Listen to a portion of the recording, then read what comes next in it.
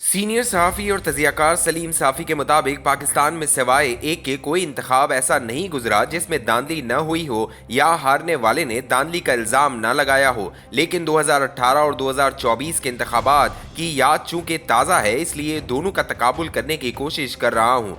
जहाँ तक कबलस इंतखाब यानी प्री पोल रिगिंग का ताल्लुक है तो वो दोनों में हुई। 2018 के इंतखाब से कबल नैब और दीगर ज़राए इस्तेमाल करके फौजी इस्टेब्लिशमेंट इलेक्टेबल्स को मुस्लिम लीग नून, पीपल्स पार्टी और दीगर जमातों से तोड़ रही थी और इन्हें पीटीआई में शामिल करवा रही थी। लेकिन अमलन ये काम 2011 से शुरू हुआ था और 7 साल मुसलसल होता रहा।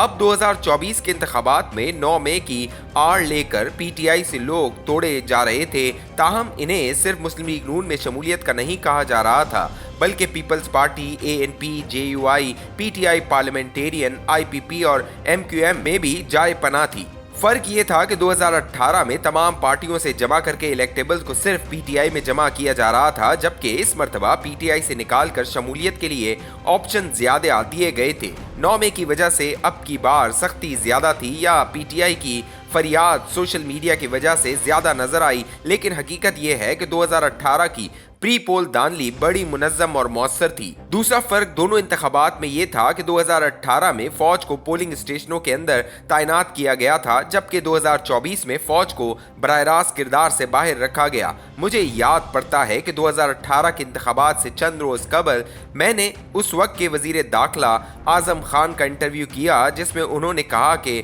फौज पोलिंग स्टेशनों के अंदर तैनात नहीं होगी। तो अगले दिन इनसे इस बयान की तरदीद ये कहकर करवाई गई कि फौज पोलिंग स्टेशनों के अंदर तैनात होगी। इसका नतीजा ये निकला कि जब नतीजा तैयार हो रहा था तो टारगेटेड पोलिंग स्टेशनों पर पोलिंग एजेंटों को बाहर निकाला गया। फिर वहां पर मर्जी के मुताबिक मतलूबा तादाद में मोहरें लगाई गईं और फॉर्म 45 तैयार किए गए। पोलिंग एजेंटों की अदम मौजूदगी में गिनती की वजह से ये इंतखाबात बिल्कुल काबिले वक़्त नहीं रहे थे और शायद ये मुल्क की तारीख में पहली बार हुआ था कि पोलिंग एजेंटों की अदम मौजूदगी में गिनती हो। यही वजह है कि कई मकामात पर तीसरे नंबर पर आने वाले उम्मीदवार कामयाब डिक्लेयर किए गए। आज पीटीआई वाले फॉर्म 45 का बहुत जिक्र कर रहे हैं, लेकिन इस वक्त बाज उम्मीदवारों को फॉर्म 45 नहीं दिए गए, जबकि मार्केट में गैर दस्तखत शुदा फॉर्म्स भी गर्दिश करते रहे। अब की बार फौज का रोल सिर्फ अमन और अमान कायम रखने तक महदूद था, लेकिन जो गंद फैलाया गया वो आरओस या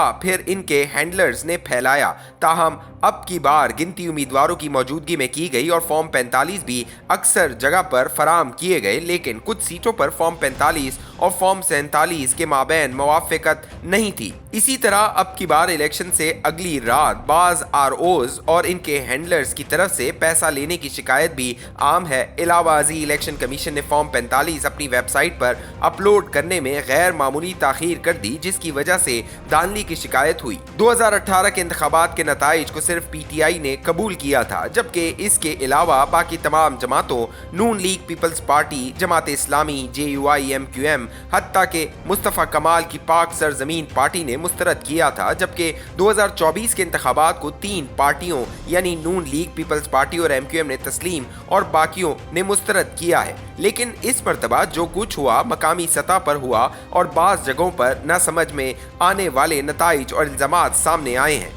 मसलन पीटीआई भी धांधली का इल्जाम लगा रही है और जेयूआई को साथ लेकर एहतजाज करना चाहती है, लेकिन जेयूआई का इल्जाम है कि खैबर पख्तूनख्वा में इसकी सीटें छीनकर पीटीआई को दी गई हैं। इसी तरह एएनपी का इल्जाम है कि इसकी सीटें छीनकर पीटीआई को दी गई हैं। अब ये अमर समझ से बालतर है कि किसने और क्यों इन जमातों की सीटें पीटीआई को दिलवा दी, क्योंकि बज़ाहिर तो एस्टेब्लिशमेंट की ज़ेर अताब जमात पीटीआई थी। इसी तरह बलूचिस्तान में बास कौम परस्त जमातों को शिकायत है कि इनकी नशिस्तें जेयूआई को दी गई। इसी तरह मोहसिन दावर जिस नशिस्त पर इंतखाब लड़ रहे थे वो जेयूआई ने जीती है, लेकिन दूसरी तरफ धांधली की शिकायत मौलाना फजल रहमान सबसे ज्यादा कर रहे हैं।